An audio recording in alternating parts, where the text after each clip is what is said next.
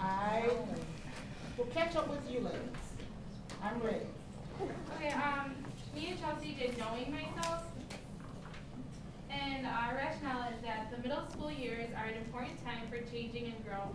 Students are under a lot of stress during this time because they are dealing with issues they have never had to before. Their bodies are changing and they are starting to see the differences. However, they are also changing cognitively and emotionally as well. It is important that the students recognize these changes and embrace them. It is essential that they learn how to deal with issues like self-image, self-esteem, and rejection, along with all the other issues that come along with being a teenager. During this advisory unit, we hope to reach out to the students and guide them along this difficult journey. Each lesson is designed to show the students some of the topics they could be or are currently dealing with on a daily basis. We want to give the students the tools necessary to make positive choices and create a healthy outlook on life. This unit is important because this is such a crucial time. The students need to learn what is going on in their bodies and how to make good choices while they are still in the process.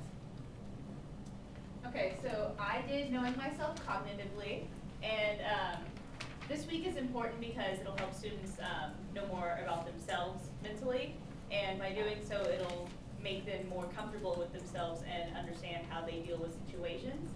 So we have multiple intelligences, identifying myself, personality types, personal development, and then self-awareness. So day one, multiple intelligences. There are at least 8 different types of intelligences. We're still learning more. I think a new one was just added in very recently. And they're all very important, and they're all equal too. So we would try to show the students that personal intelligences will affect how you learn, and by knowing how you learn best will help you achieve more success in your school. So we'd start off with the learning style clip, just to kind of get their interest, kind of open up to show them what it's about. And then we do an activity with the multiple intelligence survey, and that's the survey that you all have. You just have to mark whether or not you agree with a certain sentence, and then at the end you can total up and then bar graph which way you learned the best. And you can have 2 or 3 intelligences too.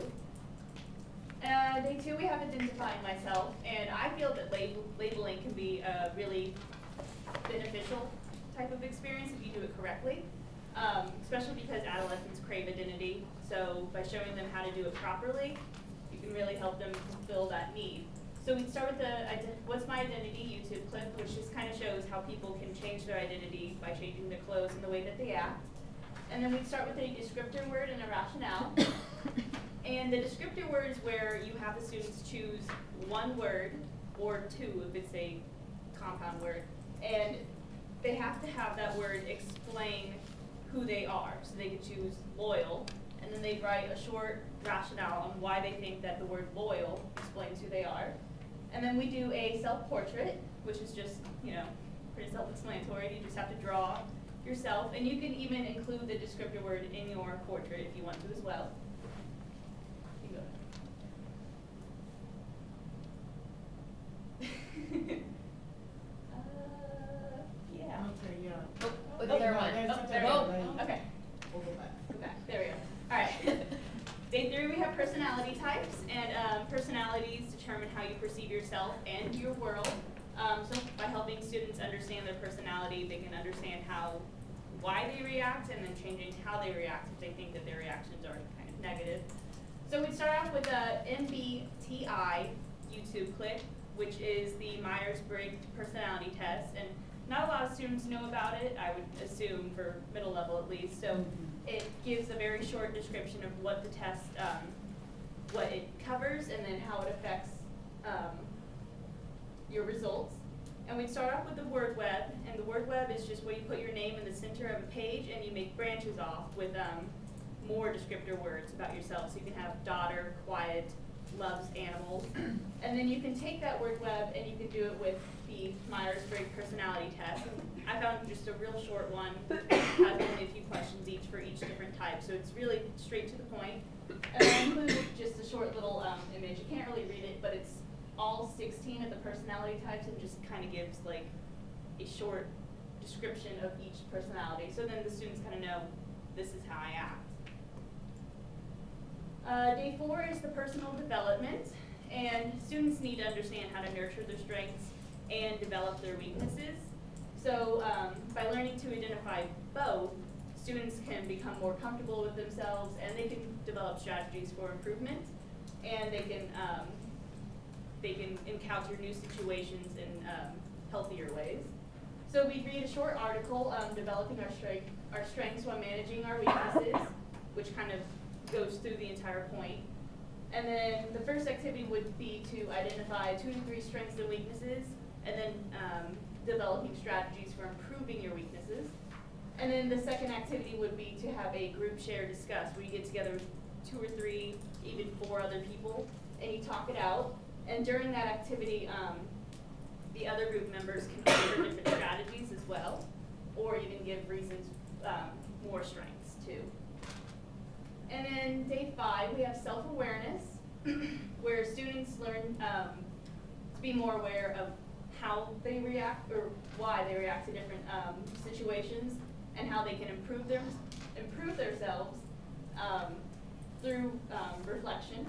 So we have a short life and music video to kind of, it's a cute little video that I found where it shows how you shouldn't wait for the big finale, how you should enjoy each moment as it happens. I think that's kind of important. Mm-hmm.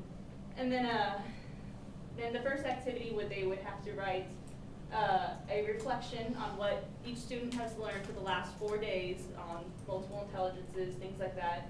And then they group share and discuss again to see if they've learned anything different from their classmates as well.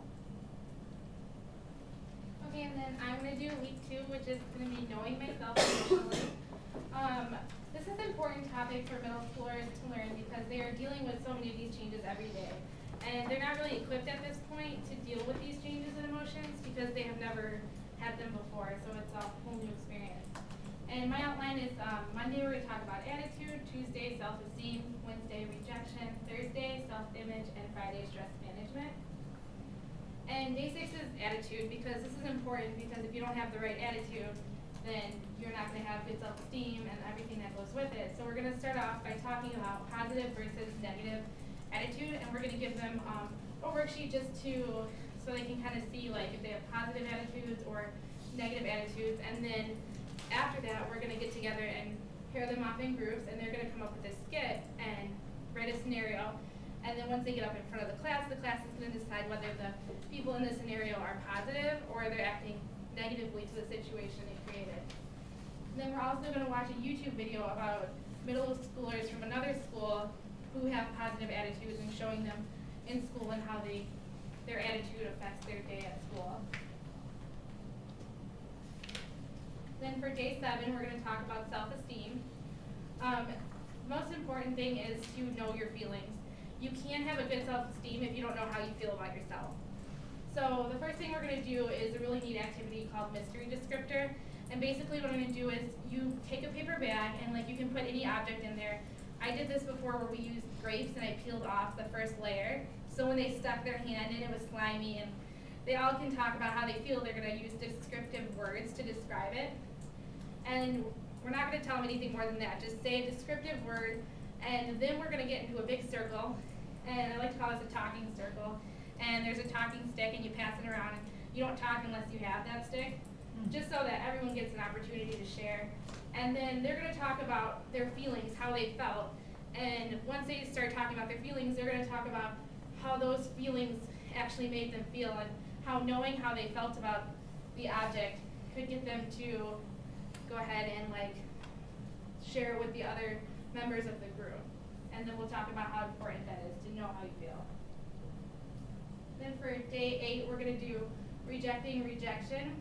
So rejection is really hard in middle school. There's a lot of bullying going on and peer pressure, and so I just really think it's important for the students to be able to face that and use it as a positive manner and go ahead and be like, okay, well, I may be rejected, but I'm going to try my hardest to keep going and persevere.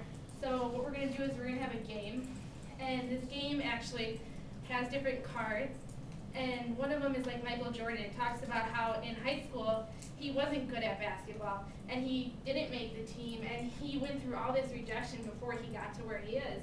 And had he not gone through it, we wouldn't have one of the best teams that there were in basketball. So it's important that the students take from that, and then we do a follow-up worksheet just to make sure that they got the right components from the game and they understand how to deal with rejection. This is an example of one of the cards. It says he was born in Chicago, Illinois, and eventually moved to a farm in Kansas.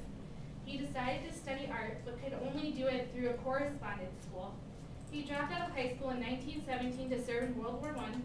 He set up his own studio in 1922, but failed because his work was rejected by so many national companies. He decided to go to Hollywood in 1923, where he took up cartoon production.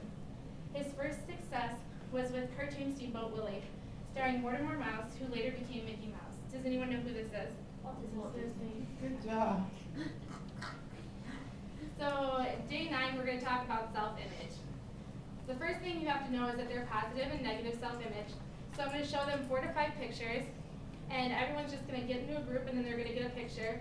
They're all going to have different pictures. They're going to talk as a group, and then we're going to have one student represent each group come up to the front of the room and kind of lead a class discussion about the picture. They're going to show their picture on the PowerPoint, and they're going to ask the classmates how they feel about it, and then they're going to discuss how their group felt about it, just so that everyone gets to react to each picture. It's also important to remember the crucial time to start establishing positive self-image is this time, and students need to embrace the change, not fear it. So these are some of the examples of the pictures that the students would have, and they could identify them as positive or negative and then talk about them with the class. And then day 10 is stress management. What they're going to do is they're going to get 2 worksheets. First, they're going to get a worksheet that it's going to help them identify their symptoms of stress. It's basically like a big checklist. They can check off what applies to them so that they know their signs of stress. Then they're going to get a second worksheet where they check off what stresses them, they write it in. That way they're able to identify their stressors and what their symptoms of stress are. Then we're going to talk about ways in which they can deal with stress. Like some people who get angry, they do boxing. And so we're going to do this painting with calming music. Just show them like calming down, painting could be a good outlet for stress. And also we just want them to know that it's important to deal with it in a healthy manner, not get violent, not get mad, not have bad self-reflection, but to find activities to calm yourself down.